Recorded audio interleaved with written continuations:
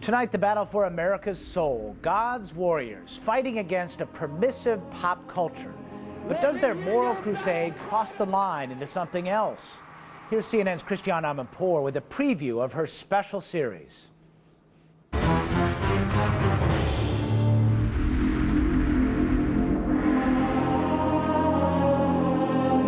Let me hear your battle cry tonight! Whoever speaks up most gets to shape the culture. I'm looking at a whole army of young people who want to speak out. San Francisco, AT&T Park. This is BattleCry.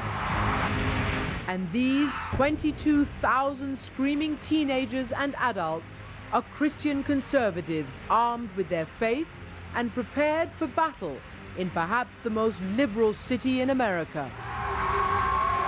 Ready to fight what to them are the evils of secular society and pop culture: sex, drugs, violence, and pervasive pornography on the airwaves, the internet, and in video games. They are God's warriors for Jesus. We're here to stage a reverse rebellion. We're here to rise up, reject the pop culture, and recreate it with the creativity that God has given us. The man leading this struggle is Ron Luce. So, I have a question for you tonight. Do you have a voice? I didn't hear you. I said, do you have a voice?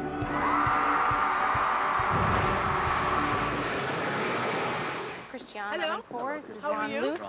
I traveled to San Francisco and met Luce as he rehearsed for that night's BattleCry event. It's like Sarajevo. I wanted to know why he's declared war on the American lifestyle. We call them terrorists, virtue terrorists, that are destroying our kids. Virtue terrorists.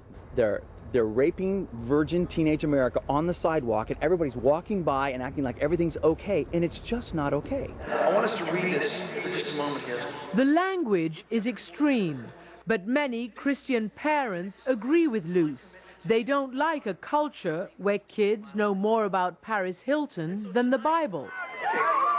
But his hard line against abortion and homosexuality is what draws the controversy. BattleCry is not a harmless movement. Its program is fiercely anti-woman, anti-gay, pro-war, and pro-obedience.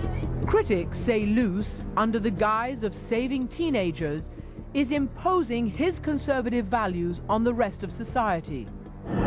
To represent a far bigger agenda, a Christian right, theocratic agenda that goes from Ron Luce, the leader of BattleCry, to Pat Robertson, all the way up to George Bush.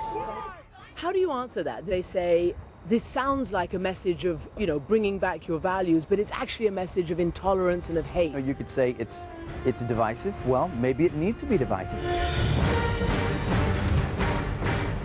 God's Warriors begins Tuesday, the 21st, 9 p.m. Eastern Time, right here on CNN.